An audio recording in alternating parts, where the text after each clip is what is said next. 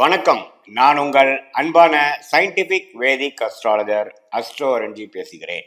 நல்லது நினைப்போம், நல்லதே நடக்கும். தொடர்ந்து நம்மளுடைய சேனல்ல வரக்கூடிய வீடியோஸ் பார்த்துட்டு இருப்பீங்க நம்புறேன்.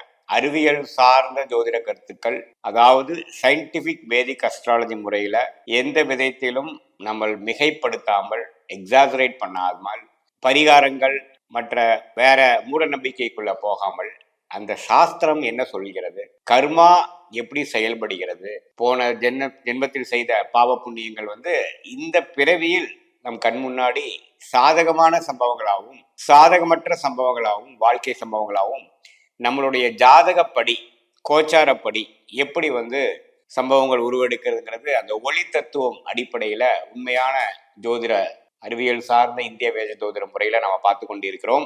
அந்த வகையில இந்த வீடியோல மார்ச் மாதம் 2025 மேஷ ராசிக்காரர்களுக்கு எத்தகைய ஒரு பலாபலன்கள் நிறைந்ததாக இருக்கிறதுங்கிறது பார்க்கறதுக்கு முன்னாடி ஃபர்ஸ்ட் டைம் நம்ம சேனலுக்கு வரவங்க மறக்காம சப்ஸ்கிரைப் பண்ணுங்க. ஸோ தட் தொடர்ந்து நம்மளுடைய வீடியோஸ்ல உங்களை அடையும்.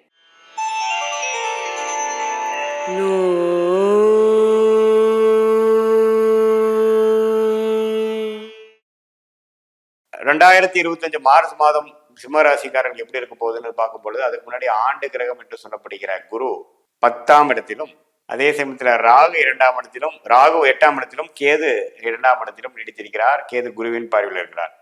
இந்த 3 ஆண்டு கிரகங்களும் எந்த வித மாற்றமும் மார்ச் மாதம் பார்க்க போறதில்லை. ஆனால் சனி 7ஆம் இடத்திலேயே ராசியை பார்த்து ஒரு மாதிரியான அலைச்சல்களும் பிரச்சனைகளும் கொடுத்து கொண்டிருந்த 2 வருடமாக சிம்மராசிக்கு 7ஆம் இடத்தில் இருக்கக்கூடிய சனி 8ஆம் இடத்துக்கு போய் அஷ்டம சனியாக மாறுகிறது.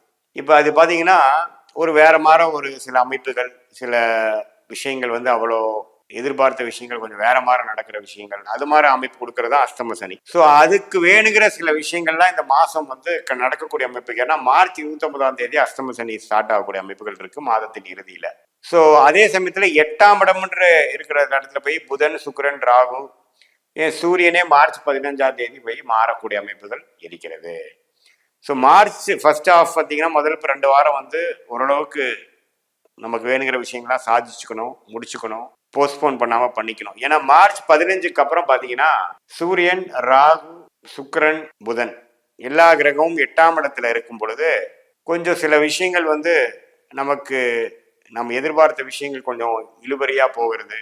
வெளிநாடு விஷயங்கள், வெளிநாடு விஷயங்கள், டிராவலிங் விஷயத்துக்கு சாதகமாக இருக்கிறது. ஸ்டாக் மார்க்கெட் அது மாதிரி விஷயத்துல இன்வெஸ்ட்மெண்ட் பண்ணது, ரிட்டர்ன்ஸ் வர்றது சாதகமாக இருக்குது. வர வேண்டிய பணம் வரும். ஆனா உடல் சம்மந்தப்பட்ட விஷயங்கள், சில எதிர்பார்க்கிற விஷயங்கள்ல கொஞ்சம் டென்ஷன், அது மாதிரி விஷயங்கள்லாம் கொடுக்கக்கூடிய அமைப்புகள் இருக்கு. ஏன்னா அஷ்டம சனி ஸ்டார்ட் ஆகுது. ஸோ கொஞ்சம் கேர்ஃபுல்லா இருக்கக்கூடிய ஒரு மாதமாக குறிப்பா செகண்ட் ஹாஃப் ஆஃப் மார்ச் 2025 இருக்கணுங்கிறத நான் கேட்டுக்கொள்கிறேன்.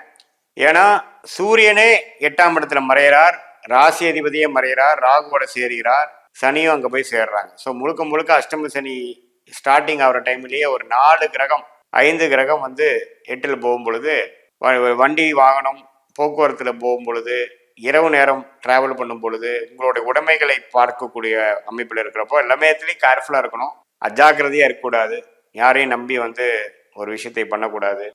கொஞ்சம் எல்லாத்துலேயுமே தெளிவாக செய்யக்கூடிய அமைப்புகள் தேவைப்படக்கூடிய ஒரு மாதமாக மார்ச் 2025 இருக்குதுங்கிறது தெரிஞ்சுக்கணும். மாணவர்களுக்கு பார்த்தீங்கன்னா நல்லா படிக்கக்கூடிய அமைப்புகளே தவறு இல்லை. ஏன்னா புதனே புதன் வீட்டை பார்க்குறார். கொஞ்சம் ரிசர்ச் ரிலேட்டட் விஷயத்தில் இருக்கிறவங்க, வெளிநாடு ட்ரை பண்ணணும், விசாக்காக வெயிட் பண்ணுறவங்களுக்குலாம் கொஞ்சம் கிடைக்கக்கூடிய அமைப்பு கட்டாயம் உண்டு. இம்போர்ட் எக்ஸ்போர்ட் அது மாதிரி பண்ணுறவங்களுக்கும் நல்ல சாதகமான இருக்குது. ஸ்டாக் மார்க்கெட்டில் இன்வெஸ்ட் பண்ணுறவங்க, ட்ரேடிங் பண்ணுறவங்களுக்குலாம் ஓரளவுக்கு சாதகமான பலன்கள் உண்டு. சில விஷயங்கள் அவங்களுக்கு புரிஞ்சு செய்யக்கூடிய அமைப்பு, சில வெற்றிகளுக்கு பெறக்கூடிய அமைப்புகள் எல்லாமே உண்டு.